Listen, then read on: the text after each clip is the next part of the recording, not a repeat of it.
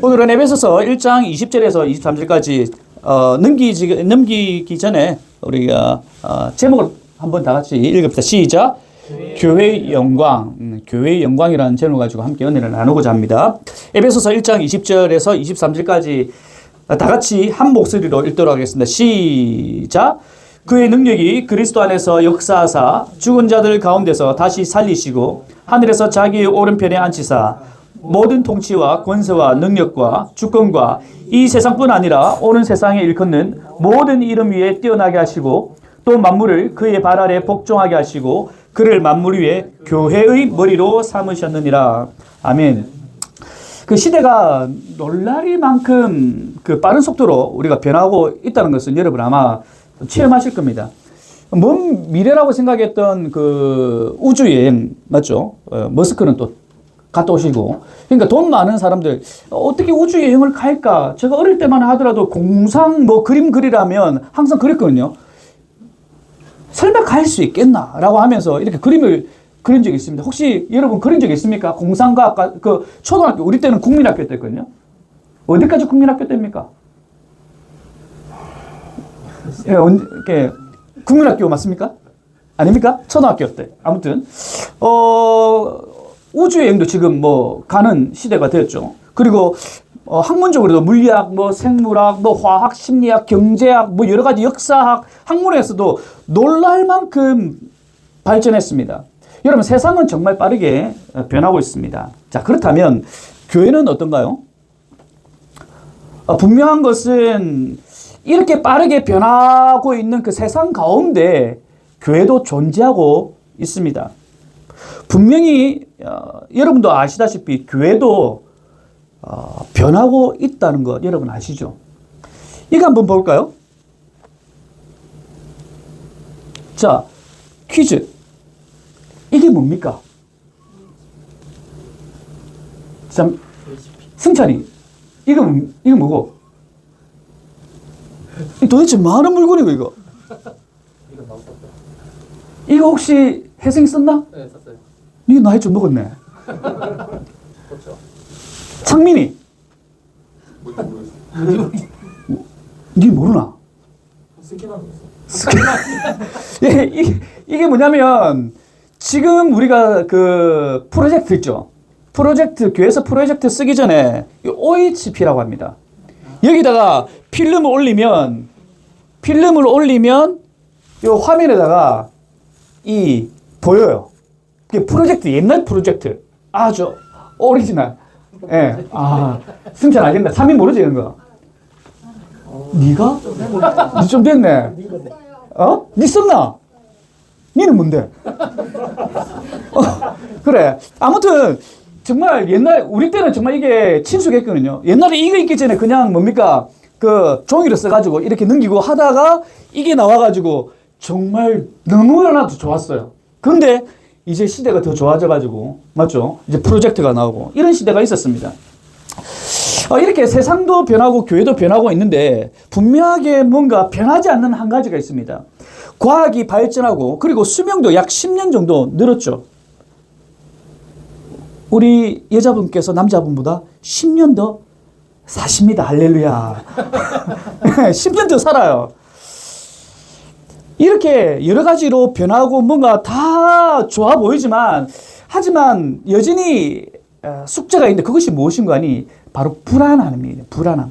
세상은 빠르게 변하고 있습니다. 교회도 많은 것들로 변하고 있는데 세상과 교회 가운데 늘 불안함이 있다는 겁니다. 그런데 다른 점이 있다면 세상의 불안은 심각한 위기예요. 세상의 여러 가지 불안은요, 우리 가운데 위기를 가져다 줍니다. 하지만요, 교회의 불안은, 교회 안에 일어나는 여러 가지 불안의 요소들은 불안으로 마치지 않습니다. 이 불안은요, 새로운 우리에게 계기가 되어지고 우리가 다시 나아가야 할 방향을 제시합니다. 그렇기 때문에 교회는요, 소망이 되고 교회가 이 땅 가운데 존재하는 이유가 되는데요. 오늘 왜 교회가 소망이 되는가에 대한 그 근본적인 이유를 말씀을 통해서 살펴보겠습니다. 오늘 우리가 읽은 그 에베소서에서 처음으로 에클레시아라는 교회라는 단어가 등장합니다. 우리가 일반적으로 생각하는 교회가 아니라 저와 여러분들이 이때까지 신앙생활을 하면서 에클레시아 교회가 우리가 생각하는 교회가 아니라 오늘 본문에서 말하는 에클레시아, 에베소서에서 말하는 그 에클레시아 교회가 뭔지를, 성경에서 말하는 교회가 뭔지를 우리가 분명하게 알을 통해서 교회가 교회되기를 간절히 소원합니다. 먼저 오늘 본문은요, 크게 두 가지 말씀합니다. 하나는요, 하나님의 역사하심, 하나님의 능력이 무엇인가에 대해서 말씀을 하고 있고요. 하나는 오늘 말씀의 제목인 교회의 영광, 하나님의 교회가 얼마나 영광스러운가에 대한 부분들을 말씀하고 있습니다.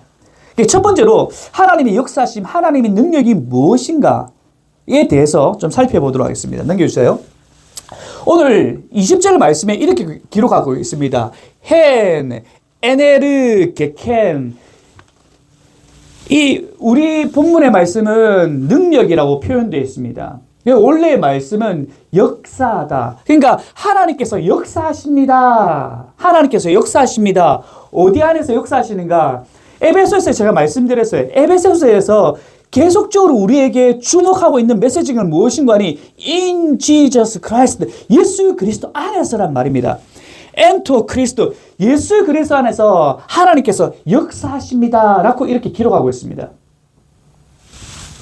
그렇다면 하나님께서 예수 그리스도 안에서 역사하시는데 하나님의 능력이 나타나는데 두 가지로 오늘 20절에서 설명합니다.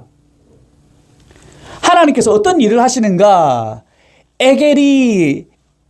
에게리라스랑 이 단어와 그리고 카이사스 이 두 단어인데요.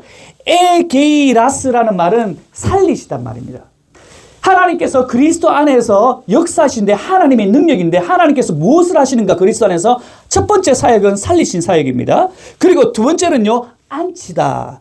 카시사스란 말입니다. 안치다. 먼저 첫 번째로 하나님께서 그리스도 안에서 하신 일 첫 번째로 무엇인가 하니 하나님의 능력은 살리시는 능력인데 그 능력이 무엇인가 하니 아우튼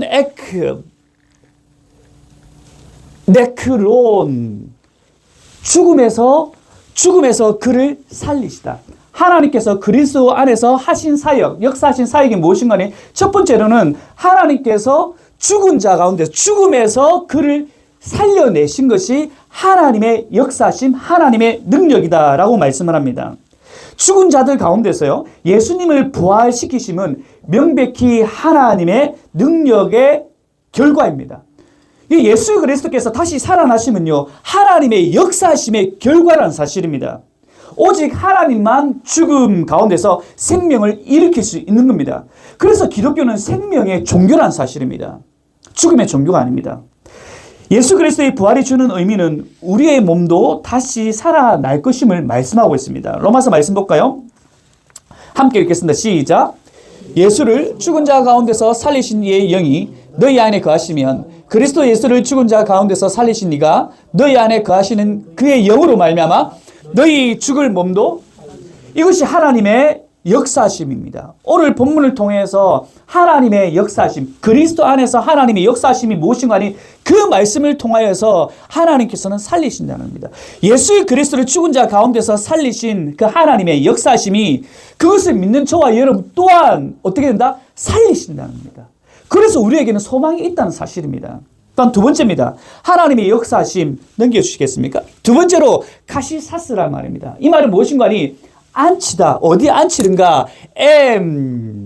데시카 아우튼 엔토이스 에프라니오이스, 앉히시는데 오른편에, 그의 오른편에 앉히신다. 하늘에 있는 하나님께서 예수 그리스도를 하나님 오른편에 앉히신다. 이것이 왜 하나님의 역사인가라는 부분입니다. 고대 관습에 따르면요, 오른편 자리라는 것은 동등한 위치를 의미합니다. 그래서 우리가 성경에 보면 예수 그리스도를 하나님의 오른편, 우편에 앉히다. 요한계시록의 말씀에도 있고요. 계속적으로 성경에서 그를 오른편에 앉히다. 이런 그 단어들을 씁니다. 이 의미가 무엇인가 하니 하나님과 동등됨을 얘기를 하고 있습니다. 하나님이 예수님을 하나님의 오른편에 앉히셨다는 의미는 하나님과 동등되게 하셨다. 누구를? 예수 그리스도를. 이 말은 하나님의 능력이 곧 예수 그리스도의 능력이고 하나님의 권세가 곧 예수 그리스도의 권세됨을 얘기하고 이 말씀을 통하여서 예수 그리스도는 메시아 되심을 우리에게 말씀하고 있다는 사실입니다. 오늘 이 구절은 구약의 말씀이 성취된 본문인데요. 특별히 다니엘서 7장 14절과 13절과 14절 그리고 시편 110편 5절에서 7절 말씀인데요. 먼저 다니엘서 말고요. 거기 없어요. 제가 110편 5절에서 7절 읽어드릴게요. 주의 오른쪽에 계신 주께서 예수 그리스도를 얘기합니다. 그의 노하시는 날에 왕들을 쳐서 깨뜨리실 것이라. 문나라를 심판하여 시체로 가득하게 하시고 여러 나라의 머리를 쳐서 깨뜨리시며 길가의 시냇물을 마르심으로 그의 머리를 드시리로다. 이 무슨 말이냐면 여기도 동일하게 다윗이 주의 오른편, 예수님, 그 주님께서 하나님의 오른편에 계시는데 그분께서 노하셔서 왕들을 깨뜨리실 거다. 적들을 심판하신다라고 말씀을 하고 있다는 겁니다. 이 말은 예수께서 메시아 되신다는 것을 얘기를 하고 있습니다. 특별히 다니엘서 7장 13절에서 14절 말씀 한번 다 같이 읽도록 하겠습니다. 시작. 내가 또 밤 환상 중에 보니 인자 같은 이가 하늘 구름을 타고 와서 옛적부터 항상 계신 이에게 나아가 그 앞으로 인도되매 그에게 권세와 영광과 나라를 주고 모든 백성과 나라들과 다른 언어를 말하는 모든 자들이 그를 섬기게 하였으니 그의 권세는 소멸되지 아니하는 영원한 권세요 그의 나라는 멸망하지 않을 것이니라. 이 말씀을 우리가 좀 살펴보기 전에요. 다니엘서는요 짝을 이루는 말씀입니다. 보면요 넘겨주세요. 참 재미난 구조인데요. 다니엘서 2장과 7장이 짝을 이루고 있고요. 그리고 3장과 6장이 짝을 이루고 있어요. 그리고 4장과 5장이 짝을 이루고 있습니다. 읽어보시면요. 이게 뭐냐면요. 2장과 7장에는요. 2장에도 보면요. 신상이 나오고 있고요. 그리고 7장에 보면 4개의 짐승이 나오고 있는데 신상에 보면 금은 동철로 해서 재질이 다른 나라들이 등장합니다. 그게 다른 4제국을 의미하고 있고요. 그리고 7장에 보면 4개의 짐승을 나타내는데 거기도 4제국을 의미합니다. 이게 뭐냐면요. 하나님께서 예수 그리스도, 예수님을 통해 이루실 하나님 나라 이전에 어떤 나라들이 세워질 건가에 대해서 다니엘서에서 설명을 하고 있는 부분입니다. 2장과 7장에 짝을 이루고 있죠.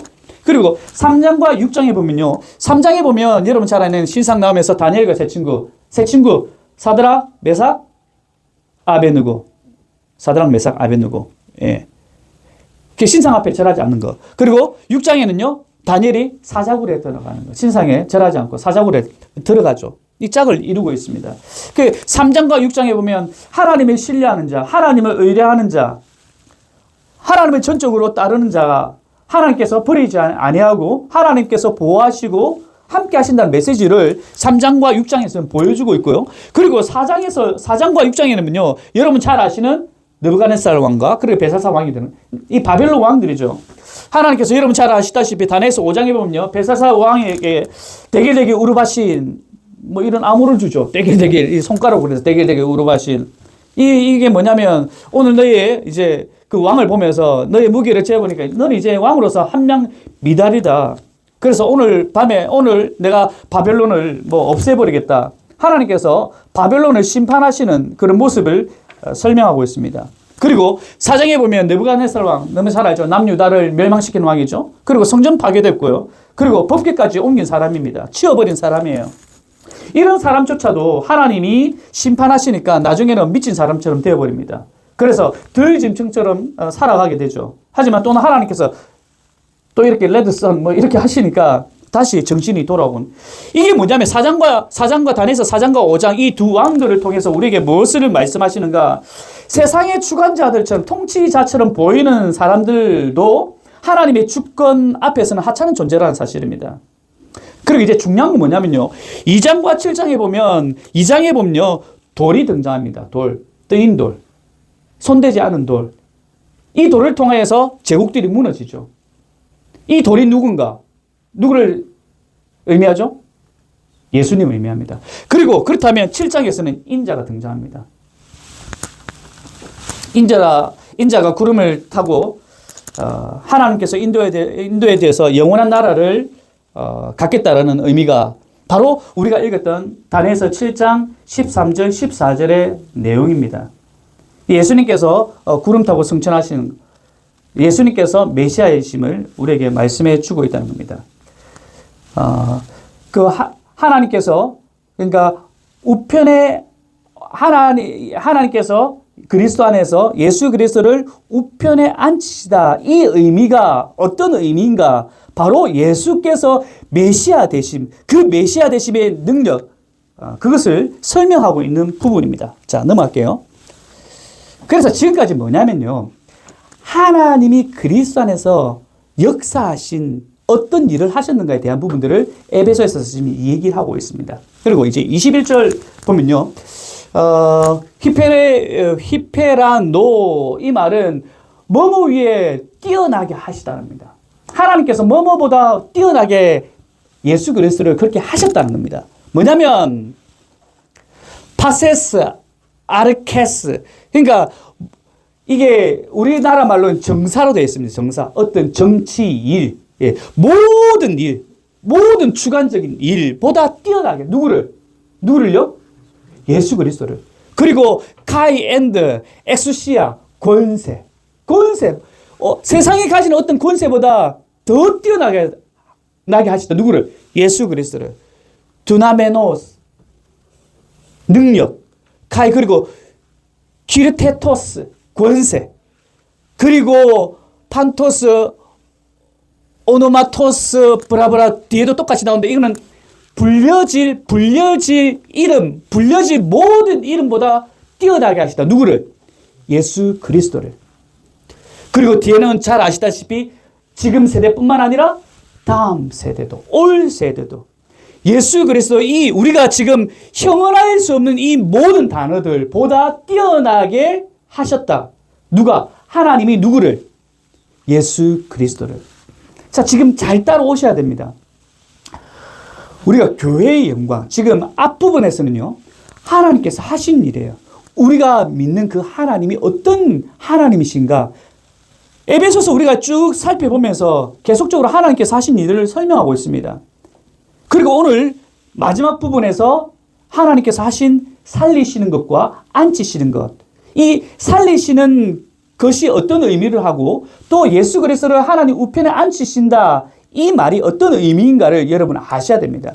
그리고 더 나아가서 하나님께서는 예수 그리스도를 우리가 방금 봐왔던 것처럼 우리가 표현할 수 없는 모든 것보다 어떻게 하셨다?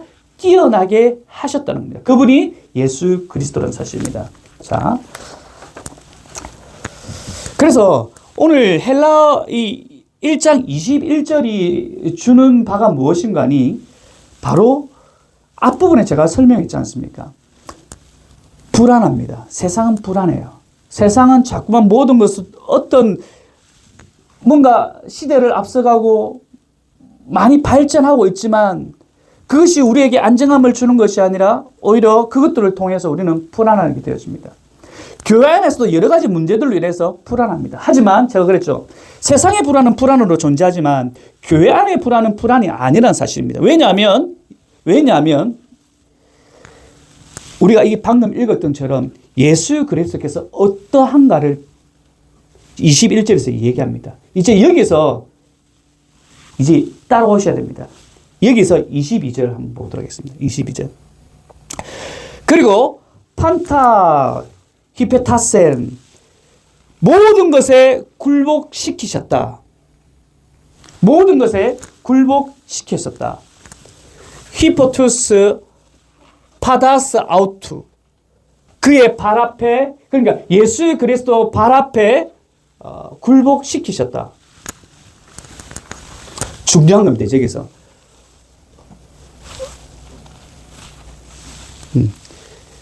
이 아우투가 누구죠? 그가 누구죠? 그가 누구냐면 예수님입니다. 바로 좀 전에 우리가 21절에 왜 중요하냐면 우리가 교회의 영광과 이렇게 지금 같이 연결되어지고 있대. 21절에 예수 그리스도께서 어떤 분인가에 대해서 설명하셨습니다. 모든 것보다 뛰어나게 하신 분입니다. 그리고 그 예수 그리스도 앞에 모든 것들을 다 그 발 앞에 어떻게 했다? 굴복시키셨다. 그러니까 예수님이, 우리가 믿는 예수님이 어떤 분이란 것을 여러분 아셔야 된다는 겁니다.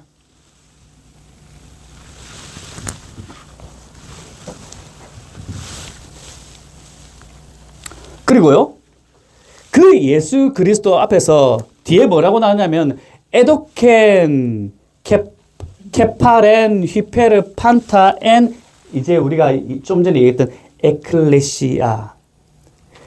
그 예수 그리스도께서, 하나님께서 교회를 위해서 예수 그리스도를 머리로 주셨다. 교회를 위해서 예수 그리스도를 주셨는데 예수 그리스도는 머리시다. 다시 올라가면요, 예수 그리스도 앞에 모든 것이 굴복해 하셨어요.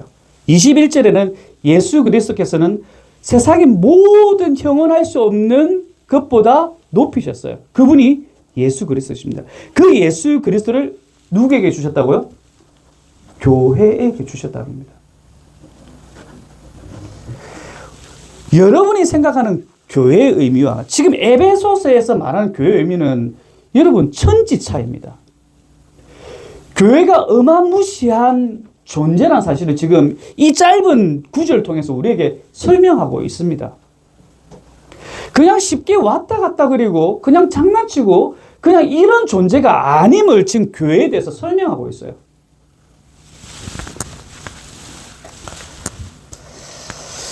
여기서 예수 그리스도를 교회의 머리로 주셨다라고 할 때 그냥 단지 예수님은 교회의 머리 정도로만 생각하는데 그것이 아닙니다. 조금 더 이제 살펴봅시다. 조금만 집중해서 우리가 봅시다. 헤티스라는 말은 이제 앞에 단어를 이제 봤습니다. 그 교회는 에스틴 존재한다. 뭐로?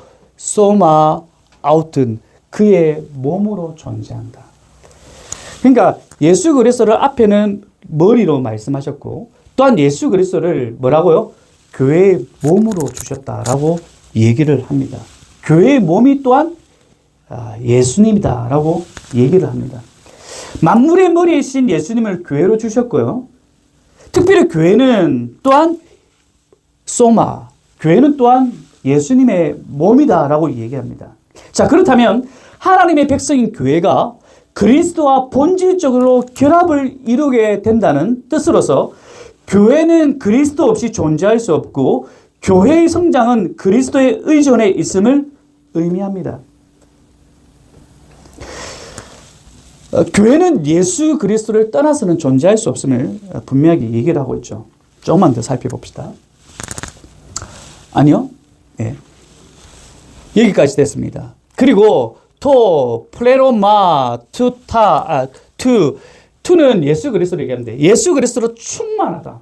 교회는요, 예수 그리스도로 충만하다. 판타, 파신, 이 단어도 충만하다는 건데, 충만하게 하신 이라는 뜻인데, 이 뒷부분이 충만하게 하신 이가 누굽니까? 바로 하나님입니다. 충만하게 하신 이 가운데 예수 그리스도는 충만하다. 이 말이 오늘 우리 성경에는요, 교회는 그의 몸이니 만물 안에서 만물을 충만케 하시니 충만함이라 이렇게 설명되어 있습니다. 이게 무슨 말이냐면 헬라어 원어상 모든 것에 충만하심. 이 충만하심의 단어의 뜻은 원래 뜻은 무엇인가 하니 100입니다. 100. 그러니까 조금도 부족함이 없다는 말이 지금 충만함입니다. 그 조금도 부족함이 없으신 분이 충만케 하십니다. 예수 그리스도를. 하나님이 충만하시죠. 그 하나님이 충만하시면 예레미야 23장에서 이렇게 기록하고 있습니다. 함께 읽겠습니다. 시작. 여호와의 말씀이니라. 사람이 내게 보이지 아니하려고 누가 자신을 은밀한 곳에 숨길 수 있겠느냐. 여호와가 말하노라. 나는 천지에 충만하지 아니하냐. 하나님께서 충만하시다. 그 하나님의 그 충만하심이 그리스도를 충만케 하시죠. 그 그리스도를 어떻게 하셨다? 모든 이름 위에 뛰어나게 모든 역사와 모든 권세와 뛰어나게 하시다는 겁니다. 그 예수 그리스도를 교회의 머리 되게 하시고 또한 몸이 되게 하셨다.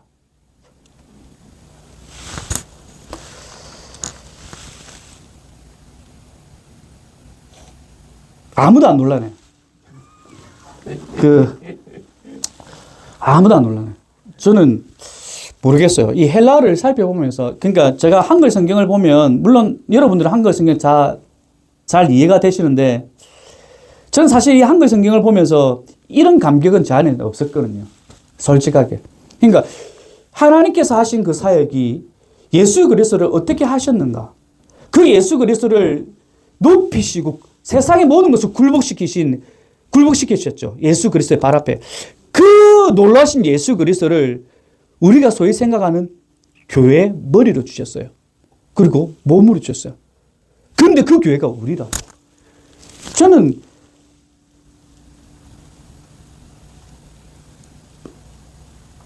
좀 놀랐어요.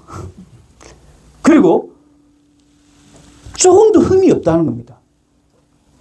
충만하다는 겁니다. 교회가.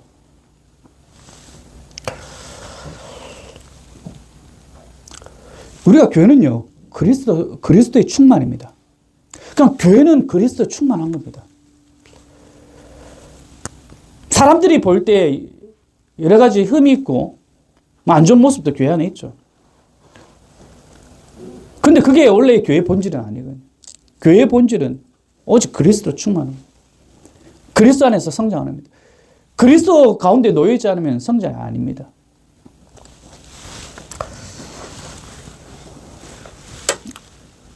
어려운가요, 말씀이?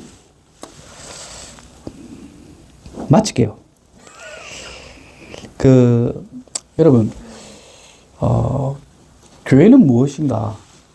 교회는 어떤 곳인가? 교회는 어떠해야 하는가? 늘 고민되는 거예요. 더램프 교회를 우리가 시작했지 않습니까? 우리가 에베소서의 말씀을 통해서 우리 스스로 다시 한번 돌아봐야 됩니다. 규모가 크고 작고의 문제는 아닙니다. 그 가운데 그리스도께서 충만한 곳이 교회인데 그것을 우리가 깨닫고 있는가? 사람이 많이 오고 적게 오고 교회가 크고 작고의 문제가 아니라 그곳은 예수 그리스도께서 충만하신 곳인데 그 충만하신 곳에 우리는 그 충만함 가운데 놓여져 있는가? 조금도 부족함이 없는 것이 교회입니다.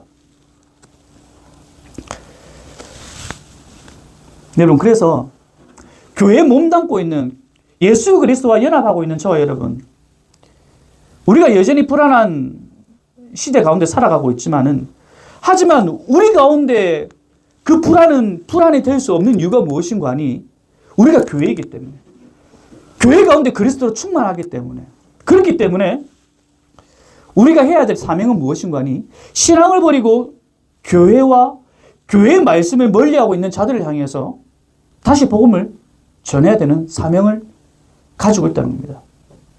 교회 가운데 충만하신 그 예수 그리스도를 담대히 우리의 삶을 통해서 전해야 된다는 거죠. 에베소서에는요, 제가 에베소서의 서두에 시작할 때 크게 두 부분으로 나누어집니다. 앞부분은요, 어떻게 보면 교리적인 어떤 내용들이고요. 뒷부분은 어떤 실질적인 삶입니다. 자, 그렇다면 저와 여러분이 살아가고 있는 여러분의 직장이나 삶 가운데 예수님을 믿지 않는 사람들 말씀을 읽습니까? 안 읽습니까? 여러분도 안 읽는데 그 사람들 읽겠습니까? 안 읽어요. 그럼 그렇다면 그 사람들은 어떻게 예수님이 살아계심을 알게 될까요? 알 수 있을까요? 어떻게? 여러분의 말과 여러분의 행동과 여러분이 하는 모든 어떤 모습들을 통해서 믿지 않는 사람들은 아, 저 사람 보니까 예수님을 믿는 것 같다. 하나님이 살아계시는 것 같다라고 깨달을 수가 있죠. 중요한 것은 무엇인가 하니 이 앞에 나와 있는 이 교회에 대한 부분이 잘 정리되지 않으면 내가 어떤 사람인가, 내가 교회인데 예수 그리스도로 충만한 존재인데 이것을 에베소서의 앞부분을 우리가 잘 정리되지 않고 있다면 삶이 그렇게 살 수는 없어요. 너네들 잘 살아야지, 열심히 살아야지, 깨끗하게 살아야지, 거룩하게 살아야지. 맞아요. 하지만 그렇게 살아가야 할 이 앞부분을 우리가 놓치고 살면 여러분의 섬김과 여러분이 하는 모든 것들이 거짓이 될 수밖에 없는 것이고 탈탈 틀리고 만다는 사실이죠. 그래서 사랑하는 여러분들, 이번 한 주간 우리가 살아가는데 이 앞부분의 에베소서에서 1장에서 마무리하면서 교회가 어떤 곳인가에 대한 부분, 교회의 영광, 그 영광이 내게 주어졌다는 사실을 여러분은 깨닫게 되어진다면 이번 한 주간도 그렇지, 나는 그냥 존재가 아니야. 교회된 존재. 그 교회는 예수 그리스도의 충만한 존재. 그 예수 그리스도의 충만한 존재가 어떤가? 하나님께서 하신 놀라운 사역들을 그리스도를 통해서 보여주신 그런 존재. 이번 한 주간도 그런 승리하는 저와 여러분의 그런 삶이 있기를 간절히 소원합니다.